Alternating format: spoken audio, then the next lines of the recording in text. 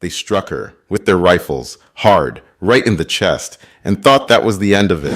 Thought she'd fold, lose control, prove them right, but she didn't even raise a hand, because what they didn't understand, what no one warned them about, was that Navy SEALs don't need a weapon to take yours away. The next time they faced her, she wasn't armed. But they were. 3 cadets, 3 rifles, and not one of them left standing, because the moment they raised their guns, they learned why you never do that to a Navy SEAL. Now, before we show you the exact second she dropped them, without a single strike, and the final words she said that shook the whole base, drop a comment telling us where in the world you're watching from. Tap subscribe with that bell icon turned on, and stay locked in, because this story isn't about restraint. It's about what happens when restraint finally responds. The gravel at Falcon Ridge didn't crunch. It ground.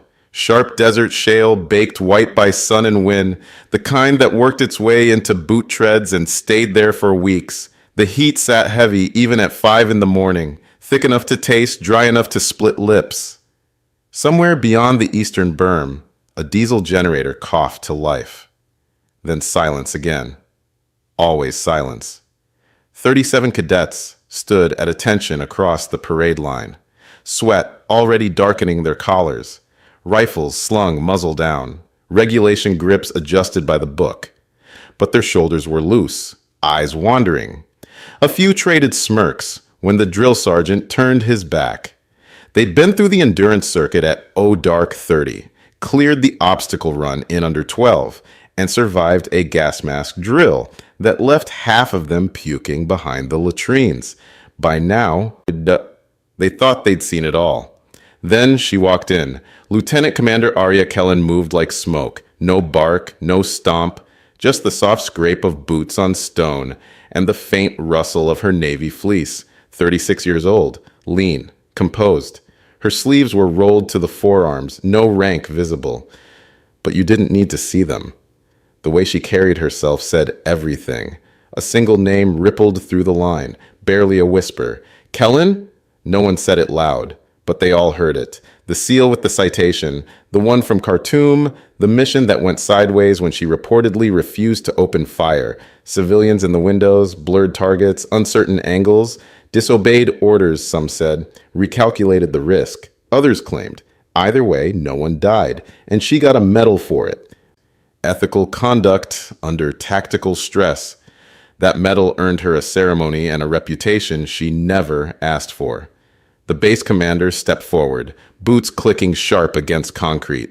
Gentlemen, this week you'll undergo ethical engagement reinforcement. Lieutenant Commander Kellen will lead all restraint and reflex modules. Silence. Then a scoff, not loud, just sharp enough to be heard. Sergeant Cade Rourke stood near the center of the line, tall, squared, with the kind of confidence that came easy to men who'd never been shot at. He turned slightly toward her, smirk still curling at the edge of his mouth. How's pacifism work with a rifle, ma'am? The sarcasm was smooth, too smooth. Like he wasn't even trying to hide it, Arya met his eyes, not with heat, with stillness. Discipline isn't pacifism, she said. It's accuracy with purpose.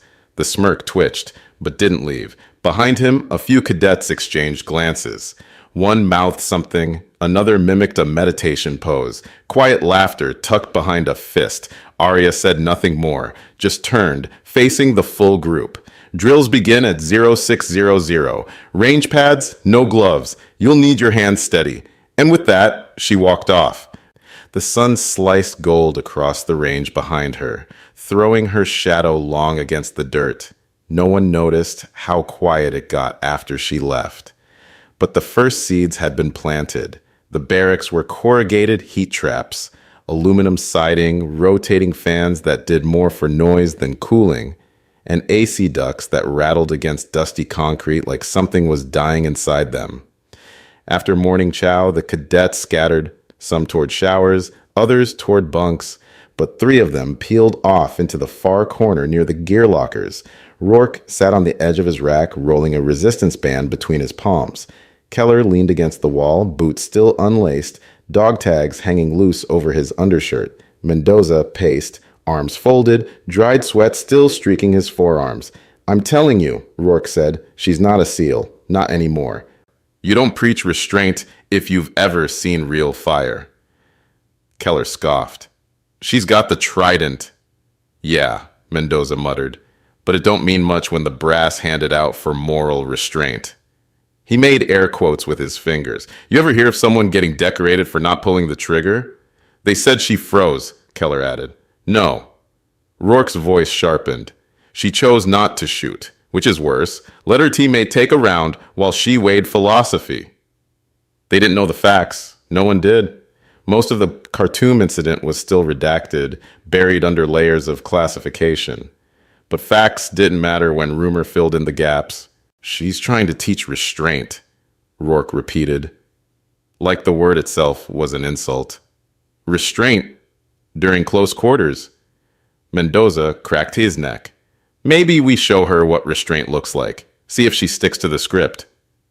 Keller raised an eyebrow. What, like Tester? Exactly. Rourke's smile widened. No hits, no injuries, just pressure. See if she cracks. If not, maybe we learn something. If she does, she walks. Push until she fights back, Mendoza said. Rourke nodded. And if she doesn't, we prove she doesn't belong in the kill house. Across the bay, unseen by all three, Arya Kellen stood beside the gear check-in terminal. She hadn't meant to listen, but voices carried in metal halls. She caught just enough. Not the words, not the plan, but the rhythm. The way young men talked when they were hunting certainty and mistaking it for strength. She didn't interrupt, didn't step forward. Instead, she keyed into the inventory screen, checked the M4 sim trainers slated for the afternoon drills, and signed the forms with clean precision. Her handwriting was tight, controlled. They only hear what they fear, she thought, and what they fear is control. The door hissed shut behind her as she walked out. Rourke never noticed she'd been there. Arya walked the perimeter of the compound in the growing heat. She wasn't avoiding anything, just calculating, the way she always did before an operation went sideways. She'd been here before, not at Falcon Ridge, but in this exact situation. Young operators testing boundaries, Kandahar, Djibouti. Both times she'd waited, observed, let them show their hand. And both times she'd been right. Her phone buzzed. Text from Commander Hale.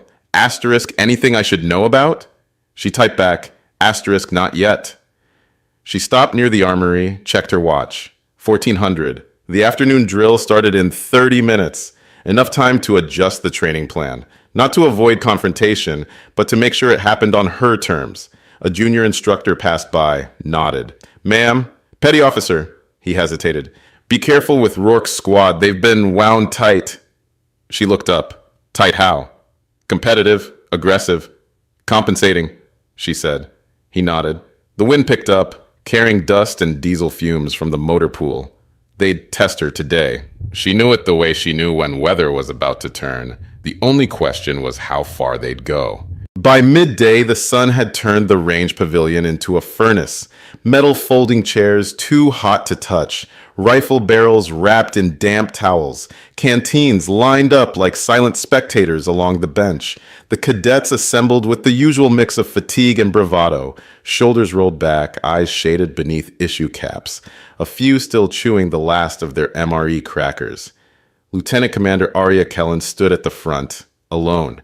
Hands folded behind her back, sleeves rolled halfway. She didn't raise her voice when she began. She never did. Today's module is disarmament under provocation, she said. It's not about evasion. It's not about attack. It's about reading movement before it becomes violence and neutralizing it without escalation. The phrase drifted like smoke. A few cadets exchanged smirks. She stepped to the equipment table where 3 mock rifles were laid out. M4 trainer variants, same weight, same size, but with rubber butts and non-functioning bolts. You'll pair off. 1 attacker, 1 defender, simulate threat posture, no contact strikes, no actual takedowns. This isn't about dominance. Rourke raised his hand before she could continue. So, pretend fighting? A ripple of muffled laughter. Keller elbowed Mendoza, who just shook his head. Arya didn't flinch. She walked toward Rourke and stopped 2 paces from him. "Pretend control," she said evenly. "Because if you can't control this," she tapped the edge of the rifle barrel, "you can't control yourself." He smiled like it was a challenge. "You ever practice that on someone who hits back?" She ignored him, walked toward the center. "Volunteer." No one moved at first. Then Private Allen Yu, smaller than most, stepped up hesitantly. "Ma'am?"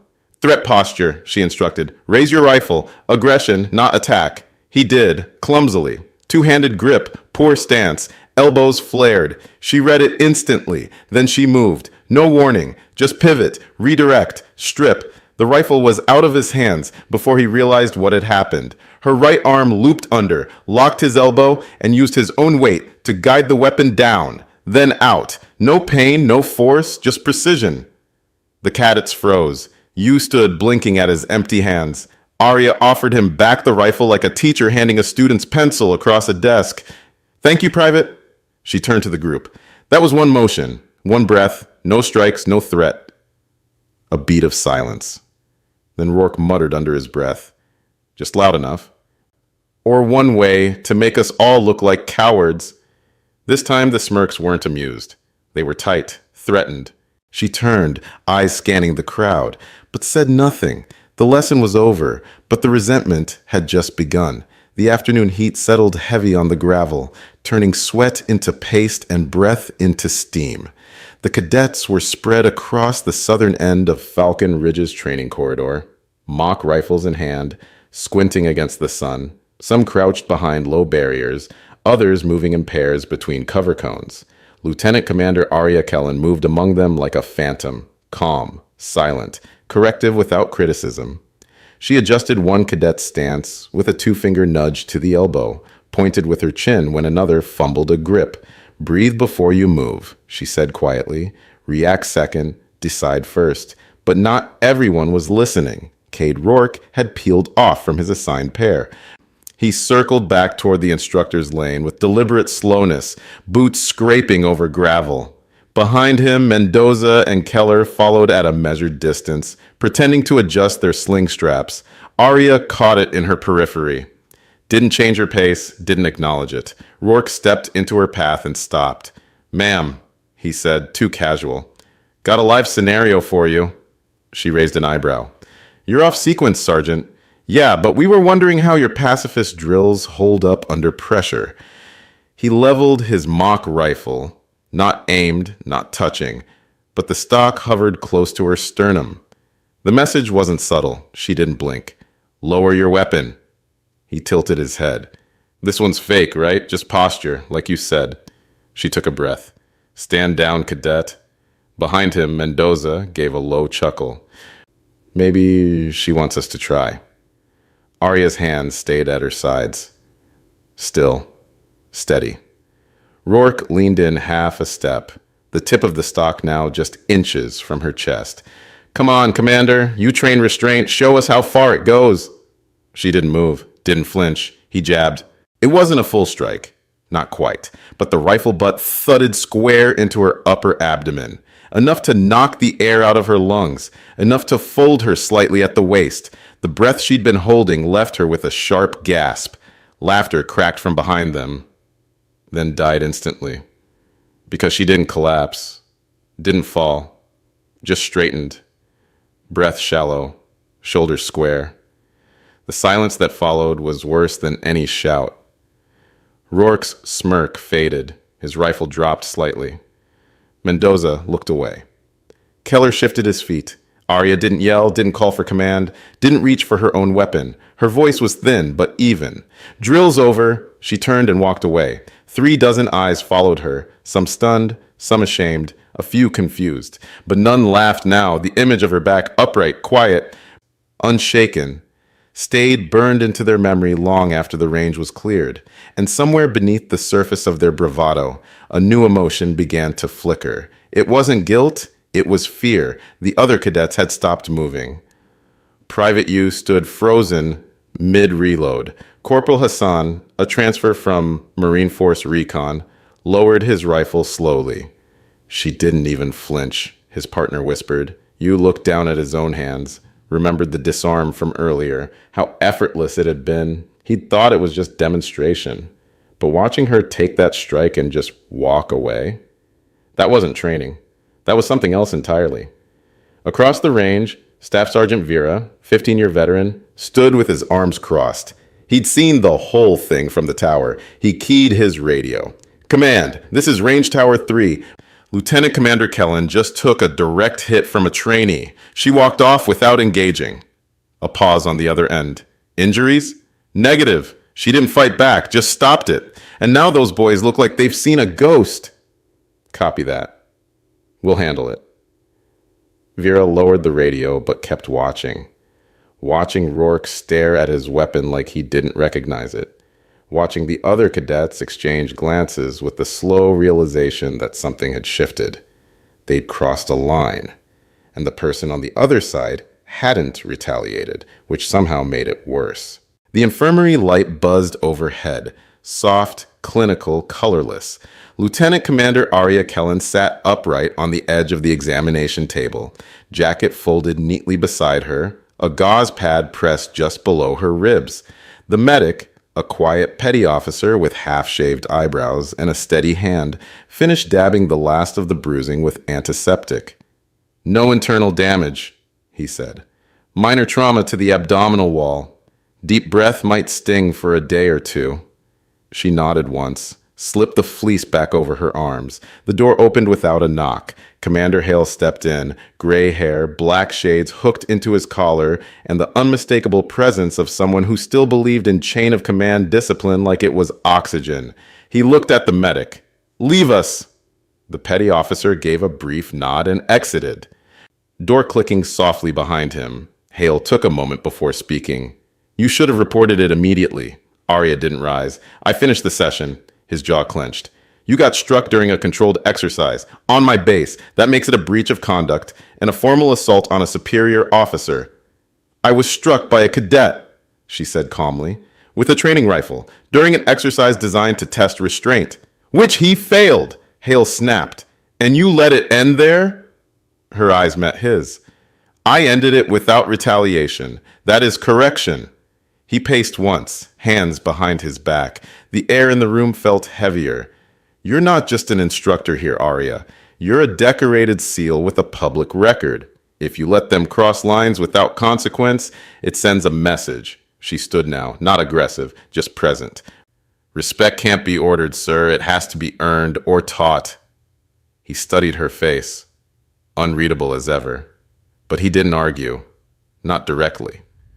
"Cadet Rourke's being reassigned to Charlie Squad. Observation only.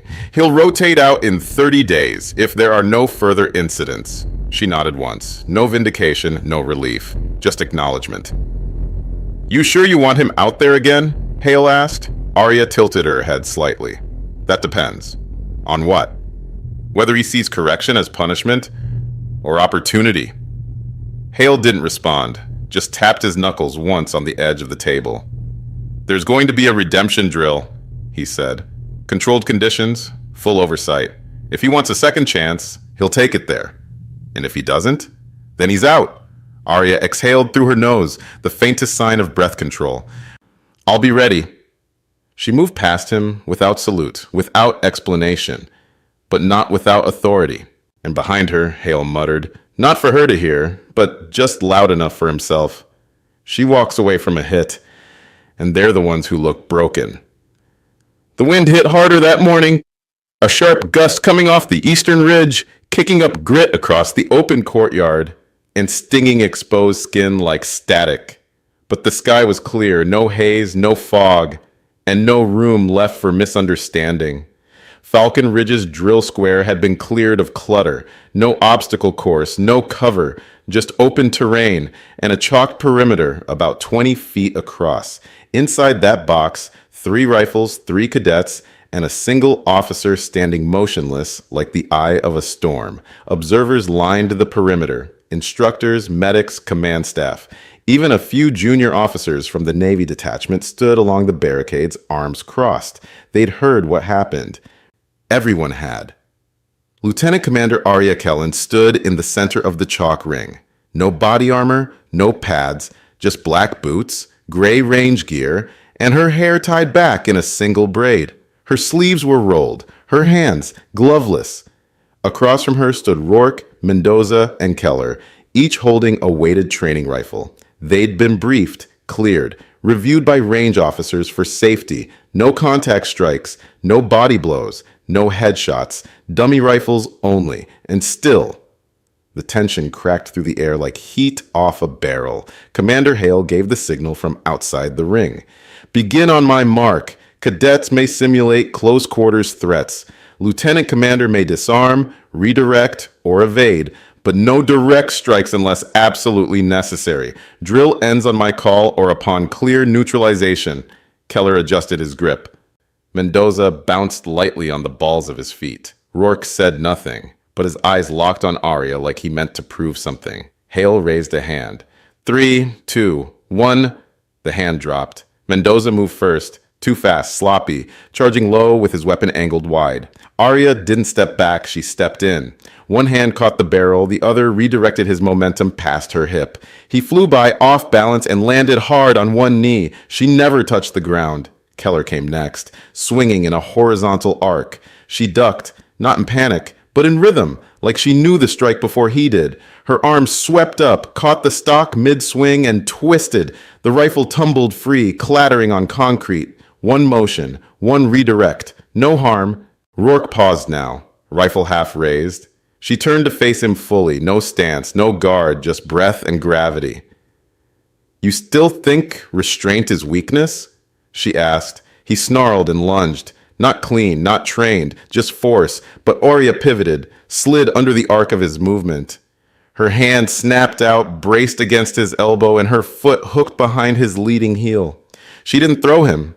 She let him fall. Let his own weight decide the outcome. He hit the ground flat. His rifle skidded 2 feet away. She stood over him, hands down. I didn't hit you, she said. Breathing hard, he looked up. But you could have. She stepped back, offered no smirk, no lecture, just calm. That's the point. Commander Hale raised his hand. Drill complete. The courtyard held its breath, and for once, not one person laughed. No one moved at first. The chalk ring lay quiet under the morning sun. Footprints scuffed into figure eights and half steps, the echo of a fight that never quite became one. Keller stood nursing his wrist. Mendoza had already taken a seat on the edge of the range, breathing through his nose like he was trying not to throw up. And Rourke, still on one knee. The observers said nothing. No notes, no commentary. Just the silence of a dozen professionals who knew exactly what they'd seen and why it mattered. Lieutenant Commander Arya Kellen didn't gloat, didn't circle. She just stood, breathing even, hands relaxed, watching Rourke with eyes that didn't judge, only measured. He looked up, still flushed. Sweat streaked down his neck, and for the first time since she'd arrived at Falcon Ridge, he didn't look defiant. He looked unsure. She stepped forward, one pace, then another. When she reached him, she didn't reach down. Didn't offer her hand like she was above him. She just waited. He stood on his own, and when he was up, boots steady, chin level, she finally spoke. A rifle's power ends at its muzzle, she said quietly. A soldier's begins where his mind does. He didn't respond, but he didn't look away. Behind them, someone clapped once, slow, then another. Not applause, not celebration, just acknowledgement. A wave of sound rose gently around the square. Not loud, not dramatic, just earned. Commander Hale, arms folded at the boundary line, nodded once to his adjutant, then stepped forward himself. Rourke squared his shoulders, expecting reprimand, but Hale said nothing to him. He looked to Arya instead. You have any interest in running a few more modules next week? She raised an eyebrow. You just saw me neutralize 3 cadets in 20 seconds. I did, Hale said. And more importantly, you didn't humiliate them. That wasn't the lesson, she replied. Behind them, Rourke finally cleared his throat. Ma'am, she turned. He wasn't smirking anymore. Permission to rejoin your next class, he said quietly. As a student. She regarded him for a long second, then nodded once. Granted. He stepped back in line without another word. Mendoza and Keller followed. The hierarchy reset itself. Not through force, not through punishment, through understanding. And Arya? She walked back to the center of the ring, not to mark victory, just to erase the lines. The sun was falling behind the western berm, casting long shadows across the gravel. Falcon Ridge had emptied out, the echo of cadence calls replaced by the distant hum of maintenance carts and the occasional bark of a drill sergeant packing up for the night. Arya Kellen stood alone on range pad 3, bent slightly at the waist, brushing shell casings into a steel pail. Most were dummies, spent from the earlier marksmanship block. A few were old brass from last week's drills, forgotten, like everything else left behind when adrenaline burned too fast. She didn't need to be out there. The range techs would have cleaned it by morning, but there was something about the quiet after a long day. The silence that didn't demand an answer, that steadied her better than any debrief. Her gloved hand paused mid-sweep when she heard boots approaching. Commander Hale stopped a few feet behind her, hands in his jacket pockets, expression unreadable in the fading light. "You planning on sweeping the whole base?" he asked. She glanced over her shoulder. "Only the parts that needed it." He smirked. For a moment, neither said anything. The wind picked up slightly, scattering a few wrappers across the fence line. Hale watched her move, slow, precise, like each action had intention baked into it. "You still won't file the report, will you?" he asked. "No," she said simply. "I already did." He looked confused for a second, until she nodded toward the parade grounds in the distance. The cadets were still out there, Rourke, Keller, Mendoza, running coordinated drills with the rest of Bravo platoon. No one dragged, no one joked. The rhythm of their movements sharp, controlled. "They're back in formation," she said, "and this time they're listening." Hale followed her gaze, then gave a slight nod. "That's correction enough?" "It's the only kind that lasts." Another silence. This one more comfortable. She dumped the last of the brass into the bucket, wiped her palms on her cargo pants, and looked up at the sky, just in time to catch the first star blink through the dusk.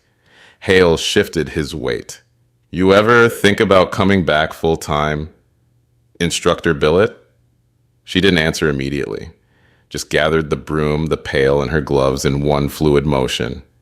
Then, over her shoulder, with a faint smile, "You just gave me my first class." A week later, the footage had already traveled farther than any official memo. No names were attached, just grainy overhead video, caught by an internal training cam. 3 cadets circling, 1 woman standing still, then the sudden geometry of motion. A blur of pivots, redirected strikes, and clean disarms. No slow motion, no music, no impact sounds added, just the sound of gravel, breath, and silence at the end. They watched it in the SEAL Instructors Lounge in Coronado, in the back room of an Army prep center at Fort Stewart, in 2 separate briefing rooms on different coasts, always shared the same way. You need to see this. Some called it restraint, some called it discipline, a few still called it luck, but most called it mastery. At Falcon Ridge, Arya Kellen said nothing about it, never referenced the drill again, never brought up Rourke or Keller or Mendoza, even when they passed her on the range, saluting a little tighter than protocol required. She resumed teaching like she had before. Same stance, same tone, same exact phrase at the start of each day's instruction. Violence is easy, precision is earned. And this time, nobody scoffed. Even when she asked for volunteers, every hand went up, even Rourke's, especially Rourke's. He was first on the mat, first to fail, first to rise again. And when she corrected his grip on a rifle during a CQB sim, he didn't flinch, didn't grin. He just said, "Ma'am," and adjusted like it was the only thing that mattered, because it was. In the armory, someone had stenciled a phrase on the side of the training gear locker, unofficial, of course, and scrubbed off 2 days later by regulation. But people still whispered it under their breath when she passed. The quiet ones never need to strike. On the edge of range pad 1, a new class stood waiting. Arya glanced down at the roster, 20 cadets, all fresh, all with wide eyes and stiff shoulders. The final name caught her attention. Rourke, Cade, listed not as a cadet but as assistant instructor, probationary billet. She looked up. He was already in formation. Front row. When she stepped forward, the squad snapped to attention. She paused a moment longer than usual. Let the quiet settle in. Then said, just like always, begin. Would you have stayed calm after that hit? Or struck back without thinking? And do you believe it takes more strength to fight or to choose not to? Drop your answers in the comments. I read every single one. If this story hit you, tap that like button to boost it through the ranks, subscribe with the bell icon turned on so you don't miss tomorrow's mission, and share this video with someone who still thinks silence means weakness. Your next operation's already on the screen. Go watch it now, and I'll see you tomorrow. Same time, same place.